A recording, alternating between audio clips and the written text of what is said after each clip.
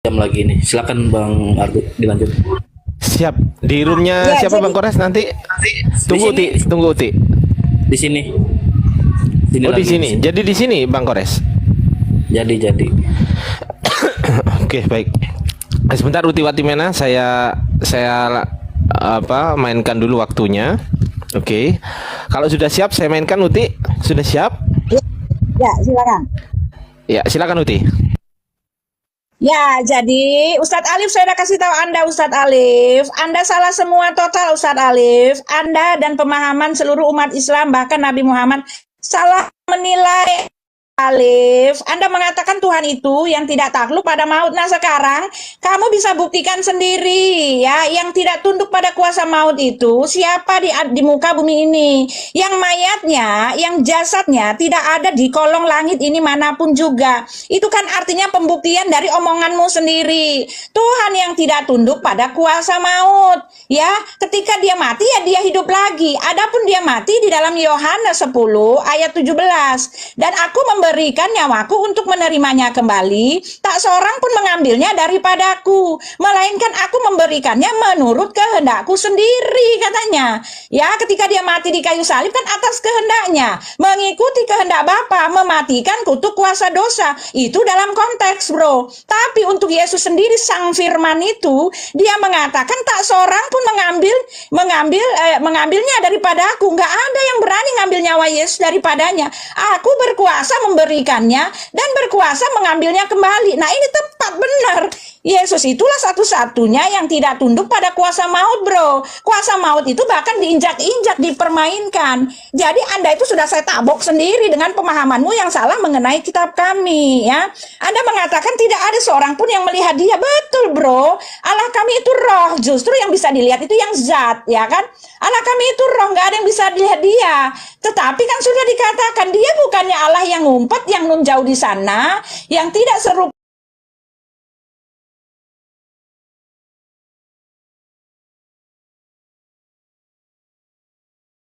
yang seperti ini nggak ada, bro. Bagaimana cara kamu bisa membuktikan kalau Anda mengatakan Tuhan itu tidak semisal? Lah, bagaimana cara Anda membuktikan kepada kami bahwa iman kepercayaan Anda kepada Tuhan Anda itu benar? Apa yang bisa Anda buktikan? Sedangkan yang namanya kebenaran itu kamu tahu di KBBI itu fakta, bro. Itu harus ada di depan mata barulah bisa dianggap sebagai kebenaran, bro. Ya, kebenaran itu fakta, bro. Mana faktanya? Allahmu ada sehingga kamu sendiri mengatakan tidak bisa semisal apapun. Lah bagaimana? Ini kan hanyalah sekedar halusinasi iman percaya yang buta, bro. Nah, ketika dikatakan kamu adalah Allah, nah ini Allah di situ kamu udah unjukkan terus terang ya, jelas-jelas kepada saya Allah yang huruf kecil, bro, ya. Yang huruf kecil itu artinya umat Allah. Betul tadi penjabarannya. Umat Allah nggak akan pernah jadi Allah. Tetapi Yesus adalah anak Allah sang Mesias. Firman yang telah menjadi manusia. Dan firman itu telah menjadi manusia. Dan diam di antara kita. Dan kita telah melihat kemuliaannya. Yaitu kemuliaan sebagai anak tunggal Bapa. Buat Yesus itu spesial, bro. Dia namanya the Son of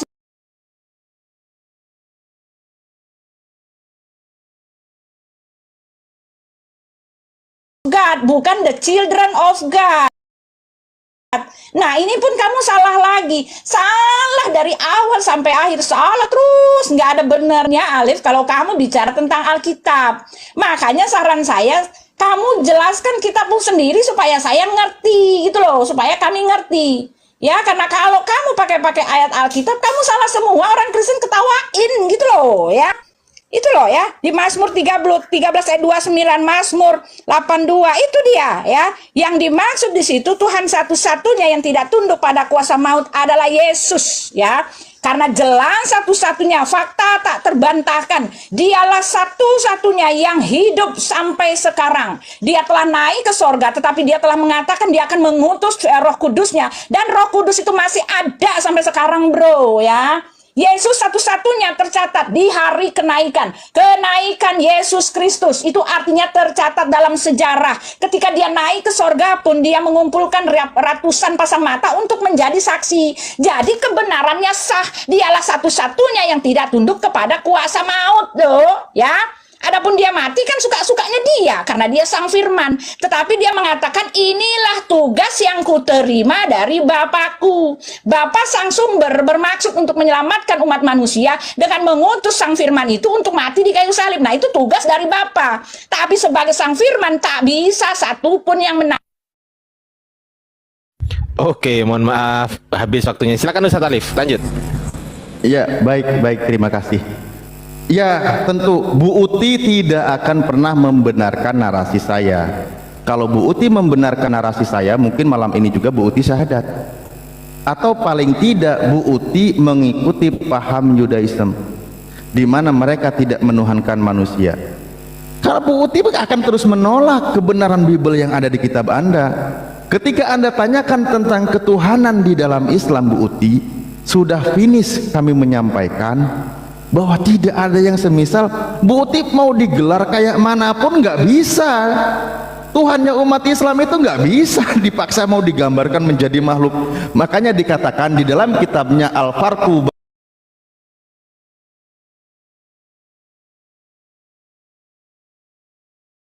Bainal Firaq, apa di situ bunyinya?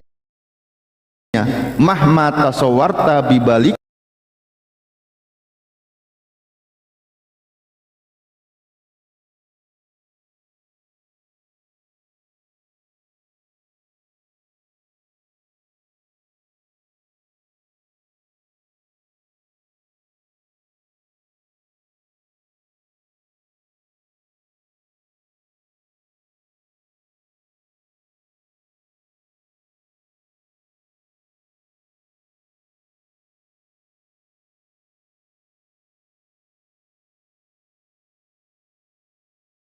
Timotius 6:16 juga dikatakan dialah satu-satunya yang tidak takluk kepada maut. Dia bersemayam dalam terang yang tak terhampiri, tak seorang pun melihat dia, memang tidak ada yang dapat melihat dia. Lah itu yang diajarkan oleh Tuhan, diajarkan oleh Yesus. Bukti gini, kalau bukti mau membenarkan saya, paling tidak bukti udah jadi syahadat mungkin malam ini, atau paling tidak bukti ikut paham Yudaism gitu loh. Orang Bu Uti masalahnya konsep Tuhan menjadi manusia. Ketika saya sampaikan bahwa apa yang dikutip dari Yesus tentang Elohim dan Benai Elohim, tentang Tuhan dan anak Tuhan, ya udah dijelaskan di sini. Kitab Anda sendiri menjelaskan.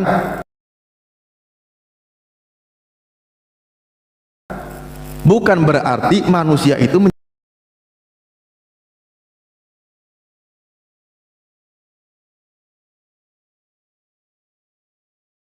menjadi Tuhan, tetapi sebagai wakil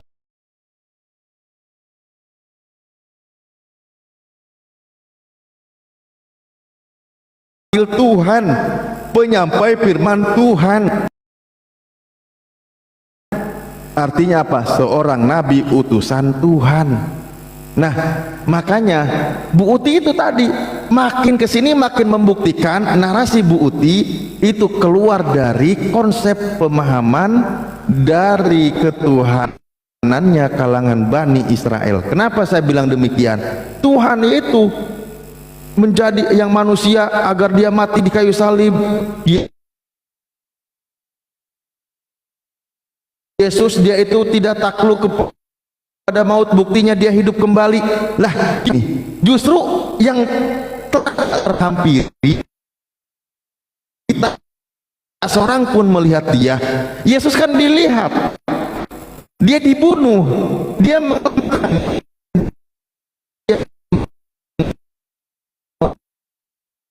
takut kepada kematian.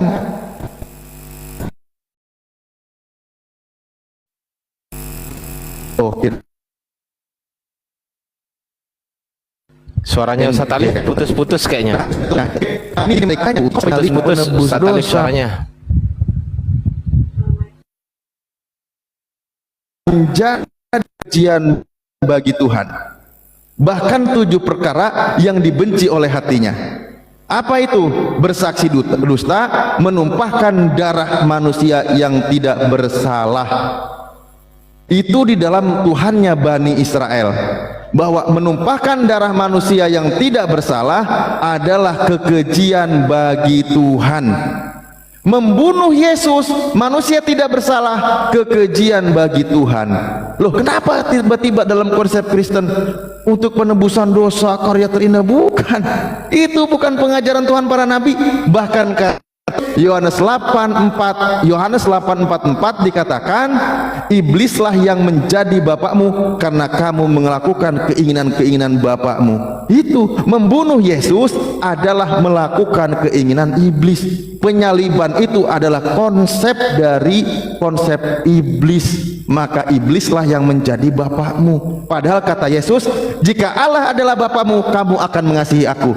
Berarti Yesus harus dikasihi jika benar. Oke, waktunya habis. Ustadz Alif tadi sempat terputus beberapa saat ya. Tetapi kita akan mulai lagi. Uti Watimena kalau sudah siap, saya akan mulai waktunya. Sudah siap, Uti? Ya, I'm ready. Nah, Oke. tadi Pak Ustadz Alif. Ya, Pak Ustadz Alif. Ya. Jadi Pak Ustadz Alif menyuruh kami kepada pemahaman Yudaisme. Pak Alif, justru pemahaman Yudaisme inilah yang membawa kami ya menjadi Kristen. Karena pemahaman Yudaisme ini, mereka sampai sekarang sedang menunggu-nunggu kedatangan anak Allah itu, Pak. Yang menjadi masalah orang Yahudi itu, mereka hanya tidak mau menerima bahwa Yesuslah yang sedang mereka tunggu-tunggu itu, Pak. Ya, itu kesalahan Bapak lagi. Salah lagi, ya kan? Anda mengatakan bahwa Tuhan itu ya pemahaman Yudaisme itu seperti itu ya Pak ya. Yudaisme itu mengenal dan dia sedang menanti penggenapan Yesaya 5 ayat 6 itu Bapak. Penggenapan dari semua kitab-kitab, walaupun Matius sudah mengatakan bahwa Yesuslah yang sedang kalian tunggu itu. Di dalam Yohanes 9 Anda membaca ketika Yesus sedang ada di bait Allah berjalan-jalan, Yesus bahkan dikepung Pak oleh orang-orang Yahudi itu. Katakanlah terus terang kepada kami, apakah kamu Mesias anak Allah itu atau bukan? Ya, mereka memaksa Yesus untuk mengakuinya, Pak. Karena apa? Ketika Yesus mengakuinya, Yesus akan dihadapkan ke mahkamah agama. Karena apa? Mengaku anak Allah, mengaku Mesias itu krusial sekali, Pak. Bahaya itu, Pak. Itu sama artinya menyamakan dirinya dengan Allah, Pak. Orang Yahudi sendiri yang bilang, engkau menyamakan dirimu dengan Allah. Ya, karena menyebut Bapa itu adalah Bapamu, Allah itu adalah Bapamu, ya. Jadi jangan saya terus-terus jelasin ini Pak, Bapak salah semua gitu loh Pak. Ketika dikatakan iblislah yang menjadi bapamu nih ya, iblislah yang menjadi bapamu, kamu akan mengasihi aku sebab aku datang dari Allah. Nah itu, dia datang dan keluar dari Allah, 42-nya ya. Ya, dikatakan gini ya 42-nya ya. Ya, apabila dikatakan gini ya, jikalau Allah adalah bapamu, kamu akan mengasihi aku sebab aku datang dari Allah dan sekarang aku ada di sini. Ya, dia datang dari Allah dan dia keluar dari Allah, Pak. Ya, jadi aduh Pak, jangan bawa-bawa ini deh, bawa Alkitab loh. Tolong jawab saya. Kenapa Allah tidak tahu makna ini, apa makna anak Allah? Dia mengatakan tidak mungkin Allah itu punya anak, ya, Bapak itu punya anak kalau nggak punya istri. Tapi dia memberi-label kepada Isa itu anak Allah, Mesias, Pak. Mesias itu artinya anak Allah.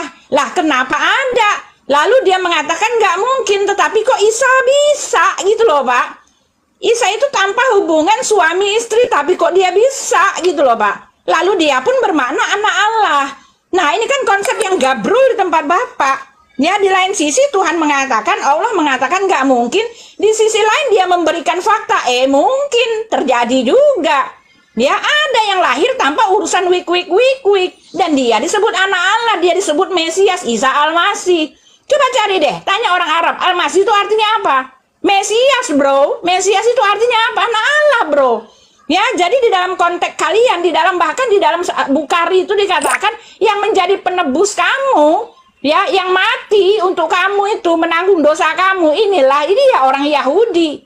Orang Yahudi, orang Nasrani untuk api neraka menjadi penebus orang mukmin. Lah, ada juga konsep yang seperti itu. Kamu mengatakan bahwa tidak boleh menumpahkan darah manusia. Oh betul Pak, menumpahkan darah manusia di tempat kami nggak ada itu hukum kisas. Itu di tempat Bapak tuh ada kan? Tempat kami nggak ada Pak. Membunuh itu mati, dosa. Nggak ada membunuh yang dengan alasan yang benar. Membunuh dengan tidak cara licik. Membunuh orang kafir itu tidak apa-apa.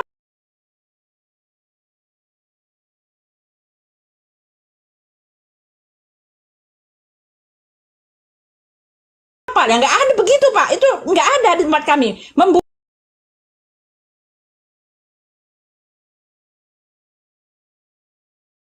itu dosa, ya jangan membunuh, titik. Ya, adapun Yesus yang mati di kayu salib, ya bukan dia itu manusia. Ketika dia mati di kayu salib kan sudah dikasih tahu, Sang Firman itu Pak yang turun Pak, itu Tuhan loh Pak.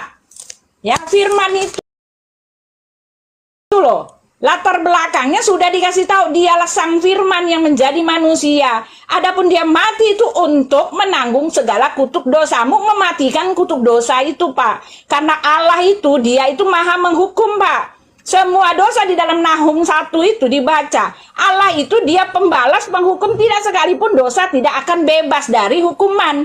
Tetapi karena begitu besar kasihnya kepada umatnya, sehingga dia mengaruniakan umat yang berdosa ini dia kasihi, sehingga dialah yang menanggung itu semua Pak. Aduh Pak Alif, jangan saya ceritakan seperti anak sekolah minggu begini Pak ya. Sekarang Bapak kembalikan, bela agama Bapak, bela Tuhan Bapak. Di mana Allah sebelum dia Nabi Muhammad mengatakan. Iya, mohon maaf, langsung Ustadz Alif, silakan. Baik, bismillahirrahmanirrahim. Kalau ditanya di mana Allah, salah satu hadis Nabi dijelaskan di dalam hadisnya bahwa salah satu sahabat bertanya, "Aina Allah?" Di mana Allah? Apa dijawabnya oleh Rasulullah SAW? Karena Allahu walam yakun syai'. Allah itu sudah ada, Allah itu ada. Dan sebelum segala sesuatu ada di semesta ini, Tuhan itu sudah ada. Nah, artinya apa? Memang Tuhan itu yang sang maha melampaui pikiran manusia. Mulaan baginya sebelum segala sesuatu ciptaannya, udara, hampa, semua tempat, waktu, semua diciptakan, Tuhan itu sudah ada. Loh, jadi bagaimana Tuhan itu? Ya memang tidak akan terjangkau oleh makhluk, oleh otak manusia, karena Tuhan itu maha kuasa melebihi segalanya. Tadi sudah saya sampaikan, apapun yang terlintas di dalam benakmu, maka Tuhan bukan seperti itu. Bagaimana kita memahaminya? Di dalam Al-Quran surah Al-Fusilat ayat 53, Bismillahirrahmanirrahim, sanurihim ayatina fil afaki wa fi anfusihim hatta yatabayyanu annahul haq, bahwa akan aku tampakkan tanda-tanda kekuasaanku, keberadaanku di seluruh semesta bumi, di ufuk bumi, dan pada diri kalian semua, sehingga benar bahwa firman Allah itu benar, keberadaan Tuhan itu benar adanya. Begitu cara memahaminya Bu Uti, tentang memahami Tuhan. Pahami segala ciptaan Tuhan. Ketika Tuhan menjelaskan tentang ciptaannya, di mana dia melalui firman-Nya disampaikan oleh Nabi Muhammad bahwa segala sesuatu sebelumnya melampaui pikiran manusia, tetap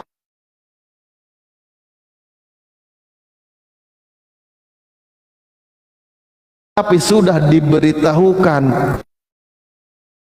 bagaimana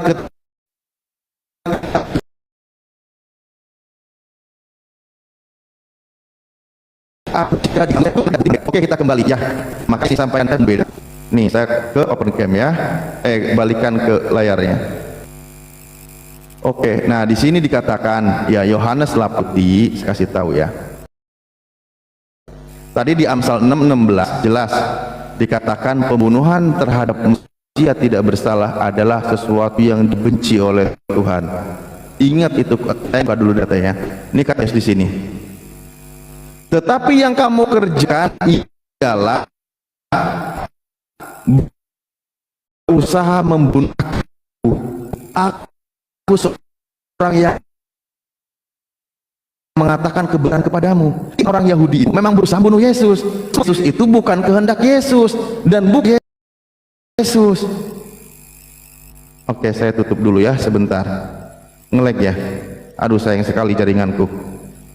Jadi membunuh terhadap Yesus bukan keinginan Yesus, sekali lagi saya sampaikan, tetapi kehendak orang Yahudi di mana dia menuruti kehendak iblis. Maka di situ kata Yesus apa yang dia katakan, jika Allah adalah Bapakmu, kamu akan mengasihi aku. Itu kata Yesus. Jika Tuhan pencipta langit dan bumi adalah Tuhanmu, maka kamu akan membunuh Yesus. Apa kata Yesus? Sementara kamu berusaha membunuh aku. Ternyata berusaha membunuh Yesus adalah mengerjakan kehendak bapaknya orang Yahudi. Siapa bapaknya yang dituduh itu? Adalah di empat-empatnya dikatakan, iblislah yang menjadi bapakmu karena kamu melakukan kehendak bapakmu, keinginan-keinginan dia. Jadi jelas.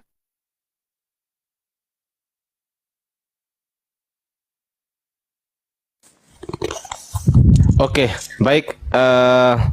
Saya karena waktunya habis. Mana Uti Watimena? Masih di sini? Iya, saya mainkan lagi waktunya ya. Tapi sebelumnya kita sapa dulu ya. Mohon izin saya menyapa dulu Ustadz Alif. Di sini ada Bang Rudi. Selamat malam Bang Rudi. Bang Rudi. Selamat malam.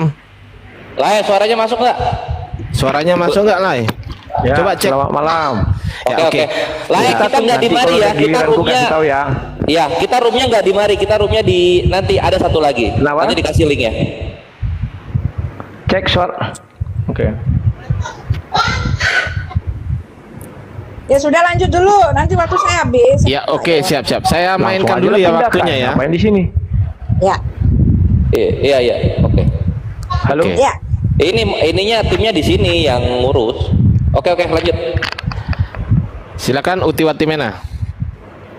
Ya, jadi itu ya, Anda mengatakan ya, untuk mengenal Allah Subhanahu wa Ta'ala, kenalilah dari ciptaannya. Tetapi maaf, saya bilang Allah tidak tercatat. Dia itu ada pada masa era ciptaan manusia. Yang tercatat pertama kali di era peradaban manusia, bahkan sejak pertama kali yang punya hak paten, yang punya hak ya, hak paten itu adalah di dalam kitab Kejadian ditulis oleh Musa. Pencipta alam semesta ini adalah Elohim Bapa, namanya Yod He Vav He, Allah yang Esa, yang Tritunggal. Ya, pada mulanya Elohim menciptakan langit dan bumi. Bumi belum berbentuk dan kosong, dan roh Elohim melayang-layang. Berfirmanlah Elohim. Jadi ada Elohim, ada roh Elohim, adalah firman, ada firman Elohim sang daya cipta itu ya. Ini yang ditulis di dalam kitab kami dalam Kejadian dulu sekali pada saat penciptaan manusia. Tidak terlacak sama sekali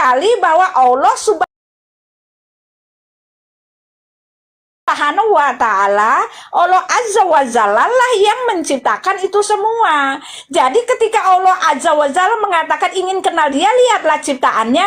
Pertanyaan saya, apa yang sudah diciptakan oleh Allah Azza wa Jalla? Ya, kalau dia mengatakan bahwa dia adalah Elohim Bapa kami, sesuai dengan pengakuannya bahwa dia adalah Tuhan dari nabi-nabi Israel itulah, itu kan cuma mengklaim, cuma mengaku-ngaku, ya kan? Tapi kan tadi saya udah bilang, semuanya Anda mengatakan jangan misalkan Tuhan Anda. Nah, itu kan hanya ada di dalam halusinasi jatuh-jatuhnya, Dek. Segala sesuatu yang tidak bisa dibuktikan itu jatuhnya hanyalah halusinasi, hanyalah iman yang buta. Di dalam Ibrani 11 jelas dikatakan, iman adalah dasar dari segala sesuatu yang tidak kita lihat, dan bukti dari segala sesuatu yang kita harapkan. Yang kita lihat itu ada buktinya, yang tidak kita lihat itu akan ada buktinya, Dek. Kami orang Kristen punya iman yang teguh, yang berdasarkan fakta dan bukti-bukti, dan itu adalah kebenaran yang hakiki karena bisa dibuktikan. Yesus yang sang firman datang menjadi manusia, dinubuatkan di dalam perjanjian lama, itu sudah terjadi. Bahkan tercatat dalam sejarah. Dialah satu-satunya manusia yang usianya lanjut sampai sekarang. Yang adalah bukan manusia yang kami tuhankan. Jelas dari tadi saya mengatakan Yesus itu dalam kesetaraannya. Dialah sang firman yang diam di dalam diri Bapa, sebagai daya cipta Bapa, sebagai mulutnya Bapa, sebagai pelaksana dari kehendak Bapa itu. Ketika dia sudah melaksanakan kehendaknya, dia menjadi manusia, ya makanya dia disebut utusan. Kamu dek salah semua, aku bilang memalukan, salah semua kalau ngomongin soal kami gitu loh. Lalu kamu mengatakan bahwa orang Yahudi itu membunuh Yesus, iblislah yang menjadi bapakmu. Nah itu kamu baca lagi konteksnya. Ya orang Yahudi ingin membunuh Yesus itu karena dia dikuasai oleh iblis, bukan karena dia ingin melaksanakan kehendak Bapa. Mereka dikuasai oleh iri dengki. Mereka tidak punya ada saingan, karena ketika Yesus datang mereka itu pamornya sudah hilang. Mereka menyalibkan Yesus karena iri dengki. Tetapi Yesus itu mati. Bahkan Yesus mengatakan untuk orang-orang Yahudi yang menyalibkan Yesus, bahkan untuk Yudas sekalipun, telah dikatakan ya bahwa memang anak manusia harus mati harus diserahkan kepada imam-imam, harus mati seperti yang dituliskan. Tetapi celakalah mereka, ya celakalah anak manusia itu ya yang daripadanya, celakalah dia yang daripadanya anak manusia itu diserahkan. Untuk orang yang membunuh Yesus ya hukumnya mati. Ya, karena mereka melakukan itu dengan kejahatan keiblisan mereka. Ya, Yudas itu dirasuk setan membunuh Yesus, bukan mau melaksanakan kehendak Bapa. Jadi kamu tuh nggak ngerti apa-apa. Bahkan ketika Yesus mati disalib, semua yang menyalibkan dia itu akhirnya nangis, bro, ya. Akhirnya menyesal, bro. Akhirnya pukul-pukul dada pulang, bro. Orang yang menyesal itu artinya ngaku dia yang salah, yang benar itu Yesus. Mereka telah menyalibkan Yesus sesuai dengan yang tertulis di kitab suci. Mereka telah memberontak di dalam Yesaya 63 ayat 10. Itu memang sudah dinubuatkan, bro. Mereka menangis, mereka Habis Suti, lanjut Ustaz Alif. Ya Bu Uti, baik, terima kasih ya. Semoga tadi sudah dipahami ya konteks ketika menjelaskan tentang bagaimana masalah sohibah tadi, atau istri atau pasangan. Karena memang justru yang dikatakan malah berumah tangga itu malah konsepnya di kitabnya Bu Uti. Seperti tadi yang sudah disampaikan, Hosea 2 nomor 2, adukanlah kan gitu ya. Bahwa di situ dikata apa? Adukanlah sebab dia bukan istriku. Ingat loh, dia bukan istriku. Ingat di nomor 16-nya apa di situ dikatakan? Maka pada waktu itu demikianlah firman Tuhan, engkau akan memanggil aku suamiku. Nah itu Bu Uti.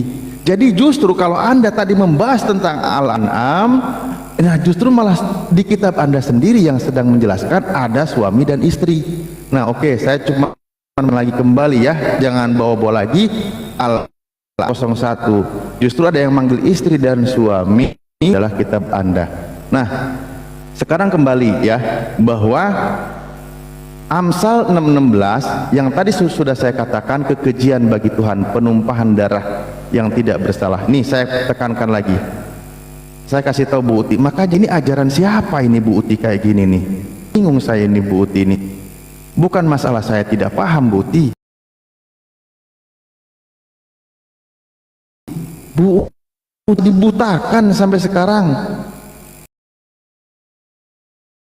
Ini kata Yesus ya.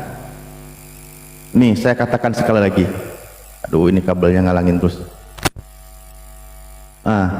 Apa di sini? Kata Yesus kepada mereka, jikalau Allah adalah Bapamu, kamu akan mengasihi aku. Yesus bukan dibunuh Bu Uti, berkali-kali bilang. Makanya di situ dikatakan, tetapi kamu berusaha untuk membunuh aku. Apa sehingga berusaha membunuh Yesus itu kehendak siapa? Ya ini kehendak iblis. Di 4:4 makanya dikatakan iblislah yang menjadi bapakmu dan kamu ingin melakukan keinginan kamu. Ia adalah pembunuh manusia sejak semula. Ini udah berapa kali? Makanya Bu Uti, konsep penumpahan darah manusia tidak bersalah itu bukan ajaran Yesus dan bukan ajaran Tuhannya Yesus. Pahami.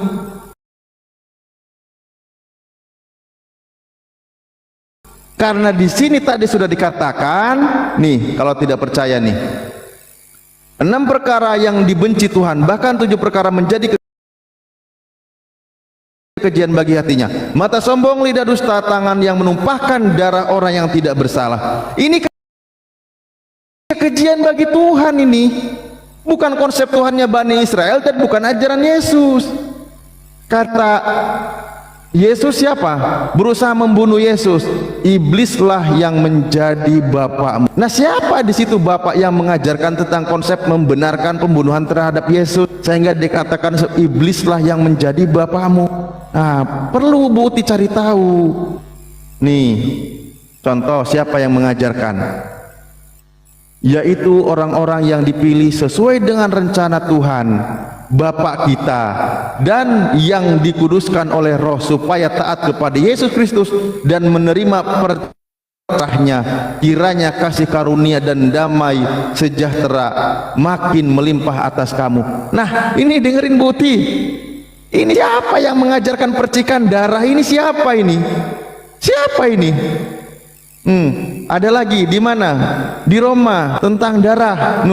Roma 3:25. Kristus Yesus telah ditentukan Allah menjadi jalan perdamaian karena imam. Dalam apa? Darahnya. Ini bukan ajaran Yesus ini. Penumpahan darah tidak bersalah sudah dijelaskan oleh Tuhannya Yesus. Amsal 6:16, bahkan Yesus sendiri membunuh Yesus adalah mengikuti kehendak iblis. Ternyata di sini yang mengajarkan siapa ini? Yang menulis kitab Roma ini siapa ini? Sehingga konsep pembunuhan manusia tidak bersalah menjadi berkat. Di sini diajarkan dalam darahnya, bukan itu adalah perbuatan yang dibenci oleh Tuhan, malah dikatakan sebagai berkat penebusan dosa, disucikan dan sebagainya. Ibrani 13 nomor 12. Itu jugalah sebabnya Yesus telah menderita di luar pintu gerbang untuk menguduskan umatnya dengan darahnya sendiri. Siapa yang mengajarkan Yesus yang mengajarkan Bu Uti? Ini ajaran pagan ini Bu Uti. Iya, oke. Terima kasih Ustaz Alif. Mohon maaf sang debater, saya close cam ya, karena saya juga di sini saya close cam karena biar nggak lemot-lemot tadi ya. Izin dulu ya. Siapa namanya?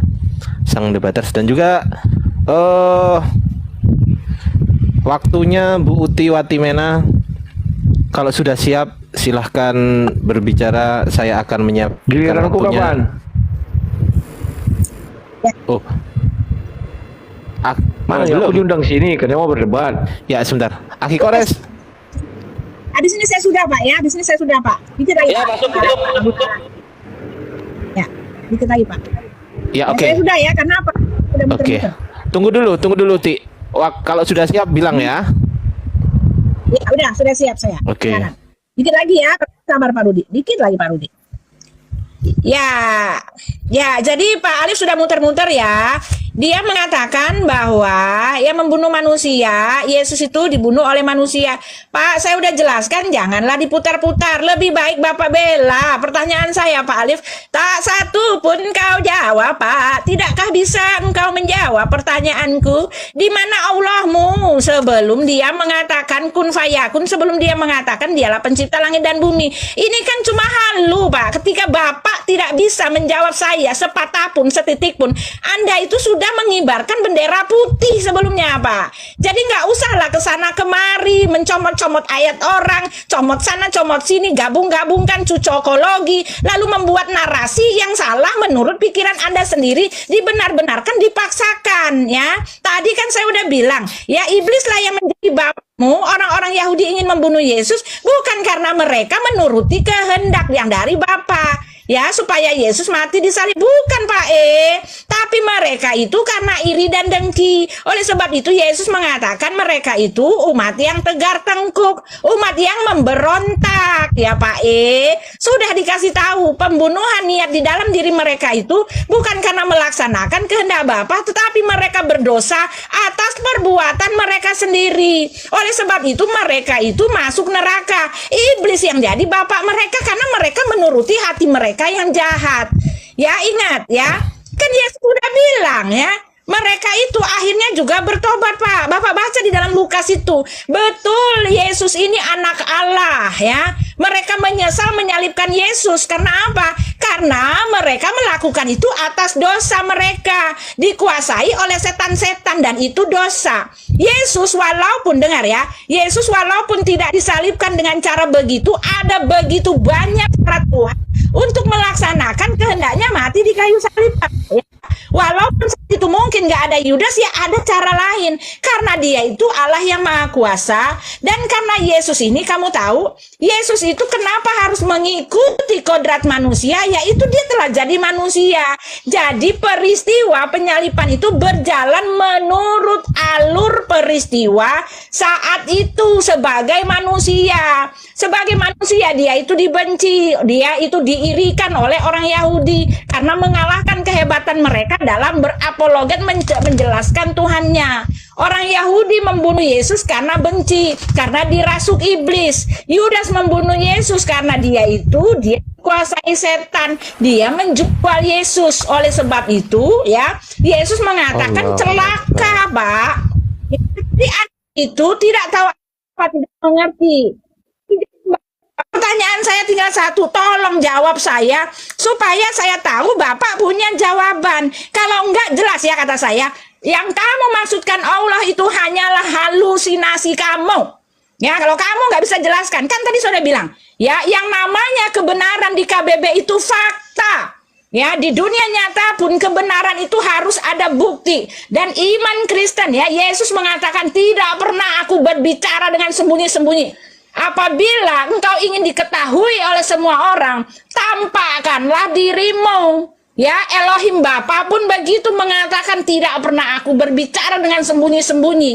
Tapi Tuhanmu sembunyi-sembunyi semua. Nabi Muhammad sembunyi di Goa Hira. Allah pun mengatakan tidak mungkin aku berbicara dengan manusia. Tidak bisa digambarkan, tidak sama dengan apapun, tidak serupa dengan apapun. Ini artinya halu Pak sadar Pak halu, ya kan? Nah, kalau Yesus iman kami jelas mengatakan iman adalah dasar dari segala sesuatu yang kita harapkan dan bukti. Kenapa iman orang Kristen itu kokoh? Ya karena ada buktinya Pak. Itu dia intinya ya. Jadi Tuhan yang benar adalah Tuhan yang menampakkan diri. Tuhan yang benar adalah Tuhan yang terbukti di dalam sejarah. Tuhan yang terbukti di dunia realita. Bahkan hubungan manusia orang Kristen dengan Tuhan juga terbukti Pak. Mujizatnya nyata. Dia itu ada. Dialah Tuhan yang benar. Karena yang benar itu artinya ada gitu loh Pak. Ya, jadi jangan saya suruh ngorbahin Bapak terus. Jangan pakai ayat saya terus ya. Ngawur. Ya, saya nggak ada waktu aja untuk menjelaskannya. Silakan Ustaz Alif. Bu Uti, ya Allah ya Rahman ya Rahim. Terima kasih Bu Uti. Lah, pertanyaanmu itu saya sudah apa yang mau saya panjang lebarkan Bu Uti. Kamu itu nuntut keberadaan Tuhan, pembuktian Tuhan kayak nuntut orang lagi pacaran Bu Uti. Kemudian beliin mobil apa gitu, nggak bisa kayak gitu Bu Uti. Makanya tadi sudah dikatakan oleh saya, kalau mau tahu tentang Tuhan, ya lihatlah tentang kuasa dan cipta. Masya Allah, itu yang dijelaskan oleh Al-Quran Bu Uti. Makanya juga dikatakan atafakaru fil makhlukillah wala tafakaru fil khaliq. Yang perlu engkau pikirkan itu tentang Tuhan, bukan Tuhan, nggak akan nyampe. Ini buktinya nih Bu Uti menjelaskan nih. Jangankan mau saya pakai Al-Quran menyampaikan, pakai Bibelnya sendiri aja nggak nyampe-nyampe sampai sekarang. Kalau Tuhan itu Penciptaannya, kalau Tuhan itu sama dengan makhluknya, dialah satu-satunya yang tidak takluk dan maut dan seterusnya. Udah berkali dibilang tetap aja menuhankan manusia, emang repot ya. Makanya bagaimana saya mau pakai Al-Quran yang tidak Anda percaya, Bible sendiri aja dibantah terus. Nah, kembali lagi sampaikan Bu Uti ya, ini rangkuman kan hampir akhir. Makanya ketika tadi tentang anak Theos, ingat kembali lagi poinnya adalah bahwa dalam konsep Yahudi maksudnya seorang nabi utusan Tuhan. Sudah saya sampaikan datanya tadi di Mazmur 82 nomor 6. Anak Theos bukan berarti Theos. Konsepnya Yahudi, Benai Elohim bukan berarti Elohim, tetapi dia manusia utusan Tuhan yang diberikan otoritas untuk menegakkan keadilan di bumi ini. Benai Elohim bukan Elohim. Tetapi ketika anak Theos adalah Theos, itu yakin luar Yahudi, di luar konsepnya para nabi, di luar konsepnya Bani Israel. Di mana itu? Yang ada kemiripan memang salah satunya adalah konsepnya mitos dewa-dewa Yunani, di mana dikatakan bahwa anak Theos Zeus adalah Theos juga, Hercules anak Theos Zeus adalah Theos juga, di mana hasil Theos Zeus menghamili perawan yang bernama Hera, seingatku kalau nggak salah, sehingga melahirkan seorang anak Hercules. Dia dewa juga, dia Theos juga. Itulah konsepnya Yunani, bukan konsep Bani Israel. Ini yang perlu Bu Uti diingat dari tadi.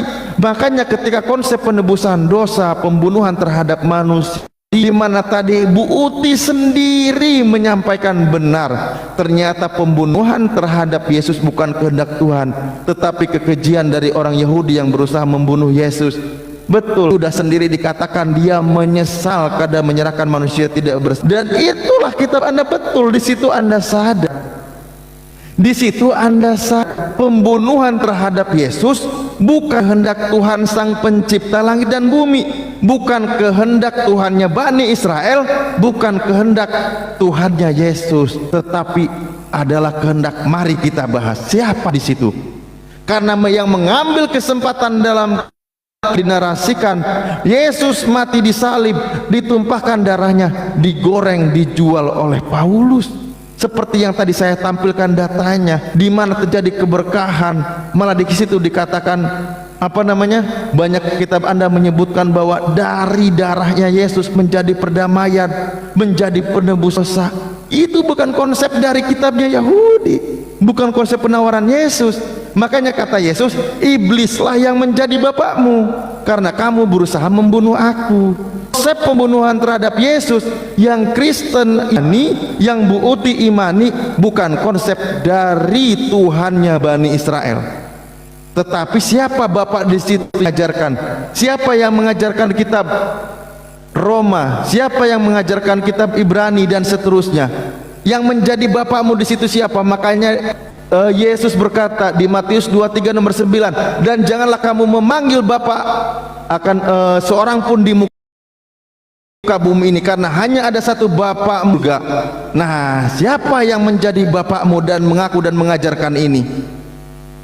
Karena akulah yang Kristus telah menjadi bapakmu oleh Injil yang kuberitakan kepadamu.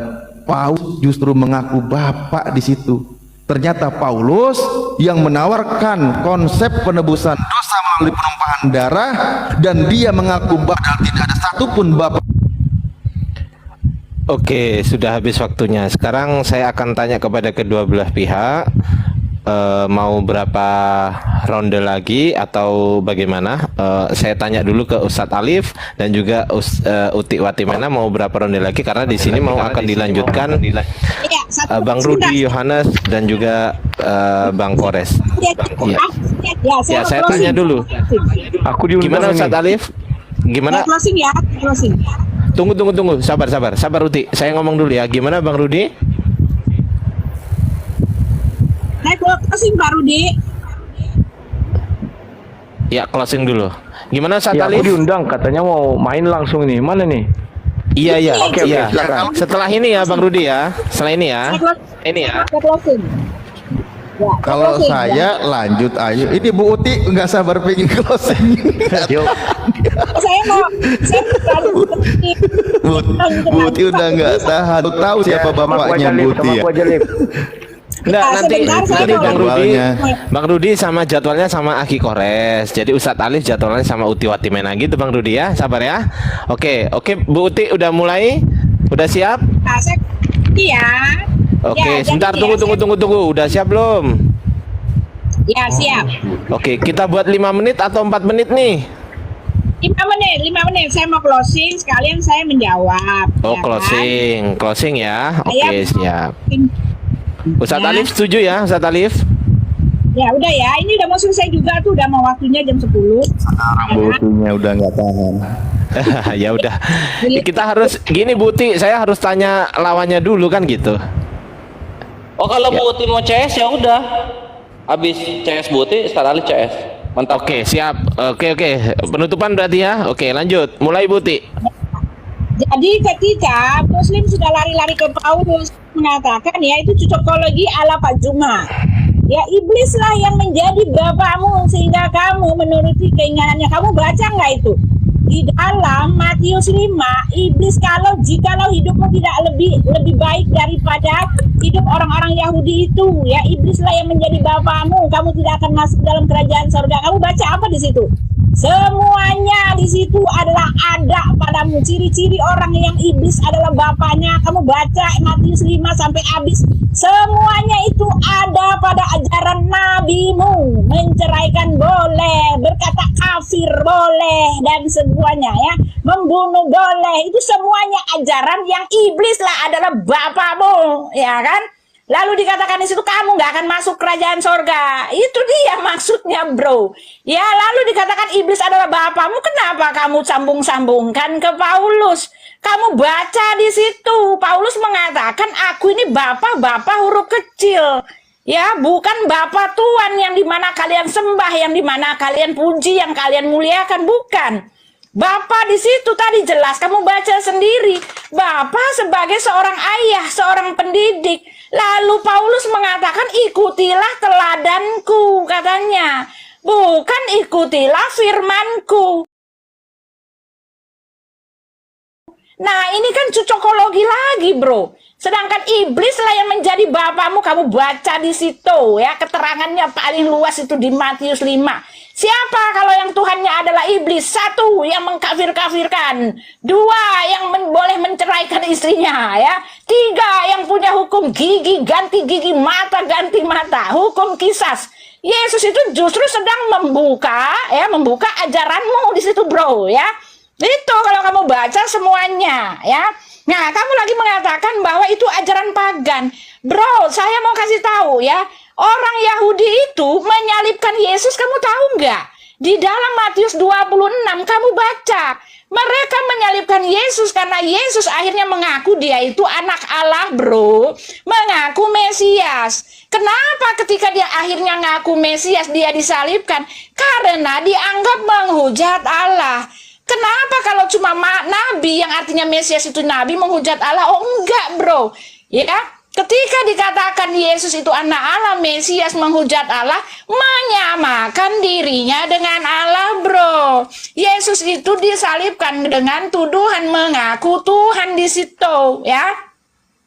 Itu yang harus kamu pelajari. Makanya dari tadi saya ngomong, saya ini ngajarin kamu sekolah minggu. Masa sih kayak kuliahin kamu? Selevel lah sedikit. Apa yang saya tanya kamu jawab. Bela agamamu seperti saya membelanya. Ya, semua sudah saya buka ya. Kalau kamu masih muter-muter, itu urusanmu, ya kan? Orang-orang apa tuh? Orang-orang paganisme itu, kamu tahu nggak? Ya.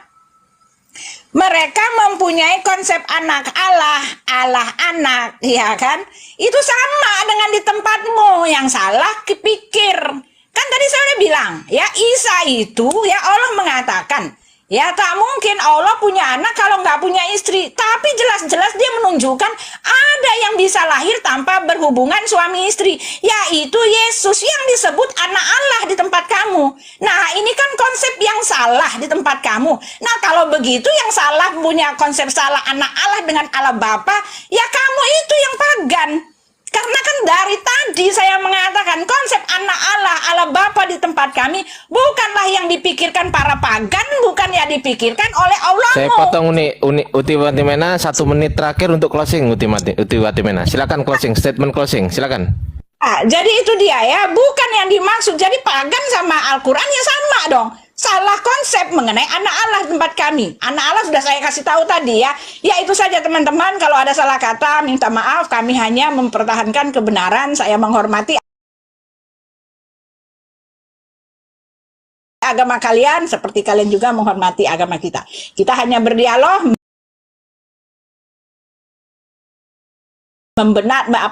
membela kebenaran masing-masing ya. Semuanya terserah pada teman-teman yang mendengar. Terima kasih ya Pak, sudah disiapkan waktu buat saya. Terima kasih yang kondusif, yang baik hati. Nah yang begini saya senang ya, kita bisa mempertahankan. Pak Alif, tingkatkan ilmu Pak, tingkatkan ya. Terima kasih, Tuhan memberkati. Saya pamit ya. Pak Rudi, saya ini nih ya, saya live kan ya Pak Rudi ya.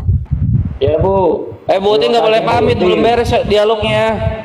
Sudah kau ini orang dia mau istirahat. Ustadz Alif belum selesai, Ustadz Alif. Closing dulu. Ya, Nanti kalau Ustadz Alif sudah closing, itu. Baru Bu Uti pamit gitu. Didengarnya itu. Kan belum pamit di situ dia. Ya, Ya, Ustadz Alif di situ. Ustadz Alif. Lanjut nah. Cek. Langsung. Halo? Oke, langsung Ustadz. Yuk, lanjut. Saya izin nggak bisa open cam ya karena jaringannya kurang ini. Baik, terima kasih Bu Uti. Alhamdulillah, walaupun saya ternyata masih sedikit, memang Bu Uti tidak sanggup menampung telinganya untuk mendengar narasi kebenaran. Ya, ketika Bu Uti mempertahankan narasi, bahkan barusan disampaikan dari Tuhan itu, ajaran yang benar itu bukan mata ganti mata, gigi. Benar di situ Bu Uti sedang membenarkan Tuhannya itu berbeda dengan Tuhannya para nabi, Tuhannya Bani Israel, Tuhannya Nabi Muhammad SAW. Karena apa? Di dalam Ulangan 19:21 memang ajaran Tuhan itu adalah janganlah engkau merasa sayang kepadanya, sebab berlaku nyawa ganti nyawa, mata ganti mata, gigi ganti gigi. Ajaran Tuhan menegakkan kebenaran itu begitu.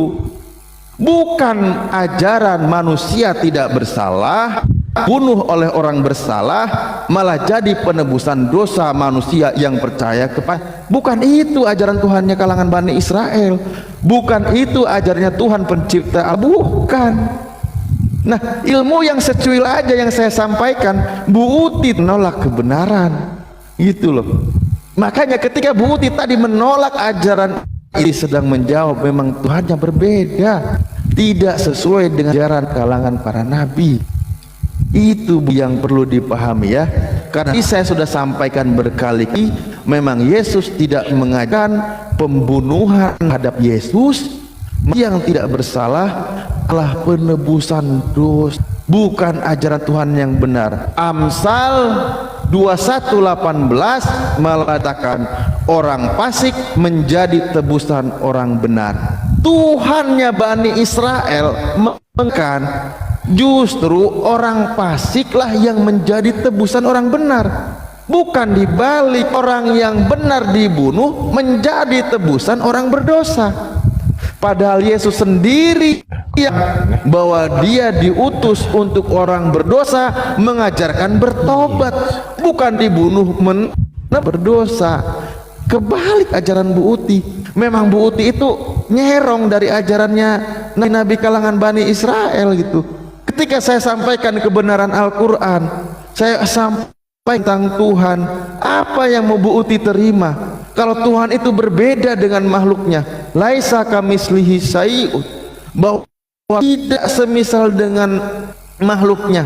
Apapun yang tergambar di benak Anda itu bukan Tuhan. Makanya mari kita cermati, mari kita lihat Tuhan itu yang maha kuasa, bisa menciptakannya walau dia tanpa ada seorang ayah. Yaitu kalau di Al-Quran disebut Nabi Isa. Kalau saya melihat kitab ada menarasikan Yesus seorang manusia terlahir dari seorang suci dan dia bisa lahir ke muka bumi. Sang Maha Kuasa membuktikan itu di dalam ida aroda antab Allah sayyan ayakula lahu kun fayakun. Jadi ketika Tuhan menciptakan sesuatu, cukup semudah berkata jadi dia. Dia sedang menunjukkan kekuasaannya dengan menciptakan manusia. Seorang manusia terlahir dari perawan suci, malah ada yang salah paham. Keajaiban manusia yang diciptakan oleh Tuhan itu malah dituhankan, bukan menuhankan yang menciptakan manusia itu. Inilah bedanya. Tidak sesuai dengan ajaran para nabi. Padahal Yesus sendiri yang berkata. Makanya ketika Anda demikian, apa kata Yesus? Yohanes 4:22, kamu menyembah apa yang tidak kamu kenal, kami menyembah apa yang kami kenal. Yesus itu menyembah yang dikenal oleh Yesus. Siapa dia? Pencipta langit dan bumi. Sementara Anda menyembah yang tidak kamu kenal. Kamu itu menyembah bukan konsep yang diajarkan oleh Yesus. Seorang utusan Tuhan yang dia mengabarkan kebenaran tentang Tuhan malah dituhankan. Ibarat gini Bu Uti, saya ngirim surat cinta sama Bu Uti, disampaikan oleh Bang Ardiansah. Bang Ardi yang bawa surat cinta itu, malah Bu Uti bilang, Bang Ardi I love you, engkau kekasihku. Salah paham. Itu saya, cuman saya bawa pesan lewat Bang Ardi sebagai host, seorang host yang menyampaikan surat cinta saya. Bu Uti malah salah orang. Itu Bu Uti poinnya. Terima kasih Bu Uti ya. Mohon maaf apabila ada perkataan yang berkenan kepada Allah, mohon